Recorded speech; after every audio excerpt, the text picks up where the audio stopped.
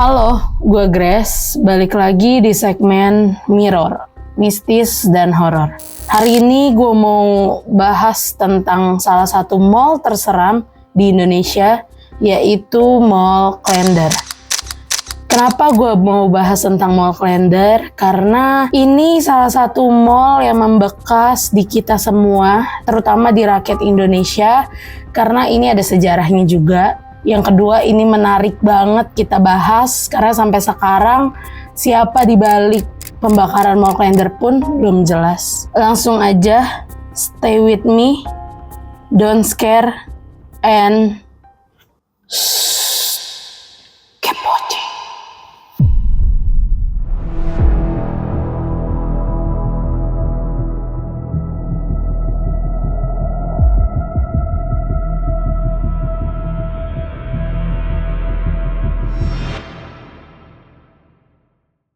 Jadi sebelum gue ceritain tentang kisah horornya, lebih baik kita pelajari dulu sejarahnya karena ini yang membuat Mall Klender itu sampai sekarang terlihat horor. Jadi pada tahun 1998 Indonesia itu nggak dalam keadaan yang baik-baik aja. Sebetulnya kita saat itu menghadapi krisis moneter dan krisis ekonomi yang signifikan. Bahkan harga $1 yang tadinya 2.500 melonjak menjadi 16.000. Ibaratnya kita beli satu HP kita masing-masing nih yang di rumah, kita beli satu HP yang tadinya nilainya 10 juta, saat itu bisa jadi 100 juta, berkali-kali lipat. Dan itu sangat bikin Indonesia terpuruk kondisi ekonominya. Makanya pada tahun 1998, tepatnya di bulan Mei, kita itu terjadi rusuh di mana-mana karena orang-orang sibuk ngejarahin, orang-orang sibuk demo-demo. Saat itu yang menjabat adalah Pak Soeharto. Namun beliau tidak ada di Indonesia karena saat itu beliau sedang ada KTT G15 di Mesir. Jadi kenapa bisa Mall Klender menjadi salah satu tujuan dari pembakaran di tahun 1998? Kita belum tahu siapa pelakunya. Kita nggak tahu apa maksud dibalik ini semua karena kejadiannya begitu singkat berdasarkan research yang gue baca. Di tanggal 12 sampai 15 Mei 98 itu sudah mulai terjadi kerusuhan, pembakaran di mana-mana. Di sekitar 4.000 toko itu sudah terbakar. Jadi Jakarta dan sekitarnya tuh udah penuh dengan api. Serem banget guys. Kalau lu semua mau research nanti di rumah nih, abis nonton video ini silakan. Itu kondisinya bener-bener se-chaos itu. Nah langsung aja pas di bagian Mall Klender itu tepatnya di tanggal 15 Mei 1998. Jadi ada sekelompok massa yang awalnya tawuran di depan Mall Klender. Saat itu sebetulnya Mall Klender itu buka. Cuman karena pemilik Mall Klender nih ngerasa di depan tuh ada pergerakan yang nggak enak gitu, pergerakan yang mencurigakan. Akhirnya mereka tutup. Di jam 12 siang mereka dipulangkan. Karyawan di sana semua dipulangkan. Terus siapa yang terbakar? Jadi guys, setelah mereka pulang, ada beberapa massa yang berkumpul di depan Mall Klender terprovokasi oleh sekelompok pria yang bilang kalau mall ini milik Tionghoa. Jadi mereka semua yang terprovokasi itu ikut ke dalam terus ngejarahin semua barang-barang dari lantai 1 sampai lantai 5 mereka jarah. Barang-barang yang mereka jarah itu ditaruh di halaman mall. Jadi bayangin ya, di halaman mall nih misalnya mallnya melingkar, mereka tuh taruh barang-barang di halaman mall itu, di halaman mall. Nah, terus gak selesai sampai situ, mereka tuh cukup lama ngejarahin karena ya bayangin aja mallnya gede gitu, 5 lantai banyak ya kan. Mereka ngejarahin satu-satu Mungkin ratusan orang berkumpul di situ untuk semuanya tuh ngejarahin barang-barang itu. Ingat ya, mallnya sudah tutup. Nah, akhirnya kenapa bisa terbakar? Jadi ada beberapa sekelompok saat mereka lagi ngejarahin nih, ada beberapa sekelompok pria, berdasarkan research yang gue baca, ada pria kokoh, tinggi gitu, keker badannya ya kan, serem banget tuh. Terus rambutnya ada yang cepak, ada yang gondrong, rame-rame bawa jerigen bensin. Ya kan, mencurigakan, tapi gak tahu gimana ceritanya mereka masuk ke mall itu, nyiramin mall itu pakai bensin yang mereka bawa. Terus mereka nyalain korek api, terus akhirnya ngebakar seisi mall itu. Kenapa bisa terbakar? Padahal itu bisa loh keluar gitu kan, pasti pertanyaannya. Karena orang-orang yang dalam itu sibuk ngejarah guys. Jadi semua orang di dalam mall itu lagi sibuk ngejarah. Gak akan ngeh kalau udah dibakar, ya kan? Biasanya orang-orang yang pernah mengalami kebakaran pun pasti taunya setelah apinya sudah lumayan membesar. Termasuk saat itu ketika apinya sudah mulai membesar, barulah mereka sadar kalau mall ini dibakar. Akhirnya mereka yang tadinya lagi di lantai 3, di lantai 5, semua kan berlarian dong untuk nyari jalan keluar. Tapi naas, karena mall ini tutup, jadi satu-satunya pintu keluar adalah pintu saat mereka masuk yang sudah dikepung oleh api. Jadi nggak ada pilihan lain. Bahkan orang-orang yang berkumpul di depan mall Klender pun nggak bisa bantuin mereka untuk masuk ke dalam karena api sudah sangat-sangat membesar. Akhirnya setelah api berhasil dipadamkan oleh petugas, pemandangan pertama kali kita masuk ke dalam mall adalah mayat-mayat yang udah nggak jelas bentuknya. Ada yang sudah menjadi abu, ada yang sebagian besar tubuhnya melepuh, bahkan mayatnya itu kurang teridentifikasi. Akhirnya saat itu mayat yang bisa diambil itu bahkan ditaruh di plastik guys, di plastik, bukan tempat mayat yang utuh lagi, melainkan udah plastik. Ya nggak tahu sih plastiknya plastik apa, cuman kalau lihat dari fotonya bahkan gak kelihatan bentuk tubuhnya guys, gak kelihatan bentuk tubuhnya. Terus pengakuan dari keluarganya pun akhirnya susah untuk mencari mana keluarga yang hilang gitu.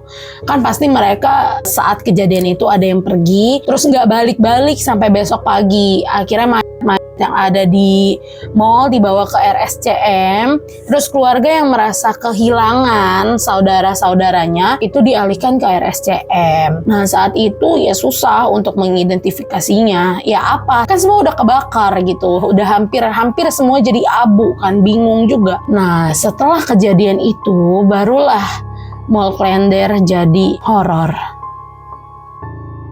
Oke guys, jadi setelah kita tahu sejarah kenapa Mall Klender bisa disebut salah satu mall terseram di Indonesia, sekarang kita mau bahas tentang kejadian horor pasca terjadi kebakaran.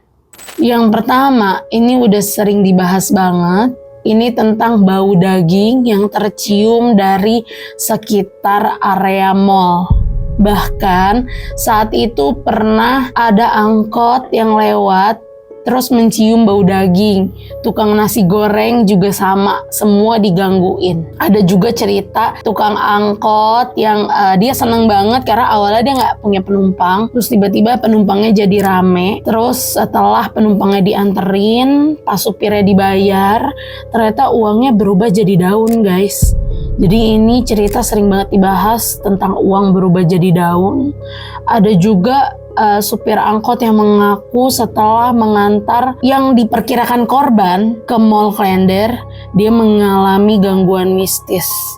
Dia melihat penumpangnya berubah menjadi gosong, mukanya melepuh, bahkan teriak kesakitan. Ada juga tukang ojek pernah menarik dari Mall Klender ke rumahnya sekitar Jakarta Timur juga. Berdasarkan pengakuan ojeknya, perempuan itu sangat cantik. Setibanya di rumahnya, perempuan itu minta izin ke ojeknya untuk ngambil uang di dalam rumah, tapi nggak pernah keluar.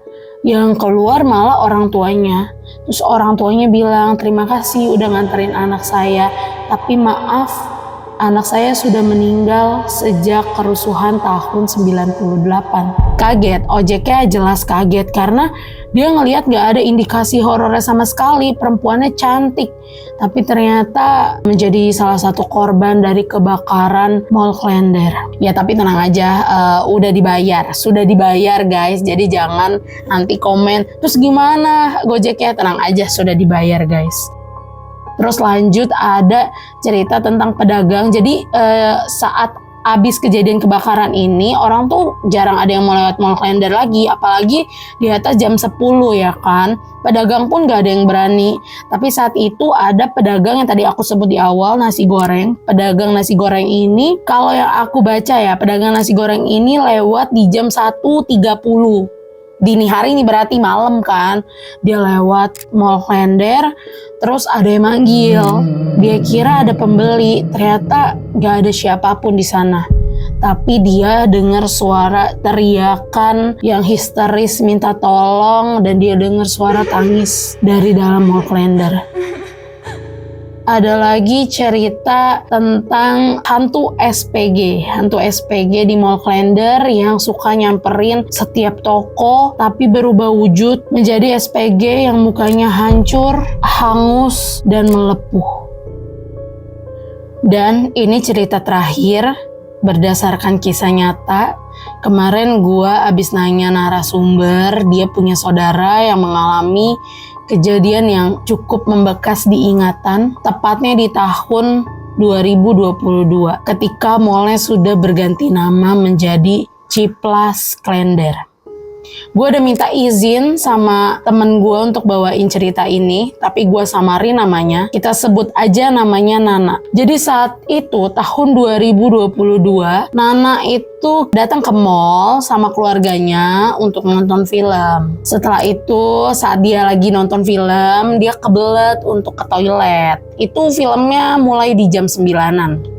Akhirnya dia ke toilet sendirian, terus dia di dalam toilet dia ngerasa kalau ada yang masuk. Cuman dia nggak tahu siapa. Saat dia di dalam toilet dia ngerasa ada yang masuk, lalu dia mendengar suara sedikit tangisan dari luar. Tapi tangisannya kayak cuma gitu-gitu doang tangisan. Terus dia keluar, tapi nggak kunjung ketemu siapapun. Akhirnya dia memutuskan untuk ya udah buru-buru aja kan, dia cuci tangan. Saat dia ngaca, dia ngeliat ada satu cewek mukanya sudah terbakar hangus. Seseram itu, dia kaget, dia bilang astagfirullahaladzim. Tapi hantu itu malah ngikutin, astagfirullahaladzim, astagfirullahaladzim. Nah guys, gimana kalau kalian coba jadi dia? Gak mungkin banget kalian gak takut, gak mungkin banget ketika kita doa yang kita ngucapin kata-kata itu yang harusnya dia gak bisa ngikutin, tapi dia bisa ngikutin guys. Nah, gua gak tahu menurut kalian gimana? Apa ini ada kaitannya dengan kerusuhan tahun 98? Apa ini ada kaitannya juga tentang kebakaran saat itu dan memunculkan banyak cerita horor? Atau siapa pelaku di balik kejadian pembakaran Mall Klender tahun 98? Jujur gue gak tahu, dari research yang gue baca pun gak tahu. Kalau lu tahu teori-teorinya, lu boleh langsung tulis di kolom komentar aja, kita diskusi di bawah. Atau kalau lu punya cerita menarik lainnya tentang kisah mistis di balik Mall Klender, boleh langsung ceritain aja di komen, karena gue penasaran banget sama cerita-cerita lu juga. Segitu aja dari gue. Terima kasih sudah menonton gue dari awal cerita sejarah sampai ke mistis dan horornya. And thank you for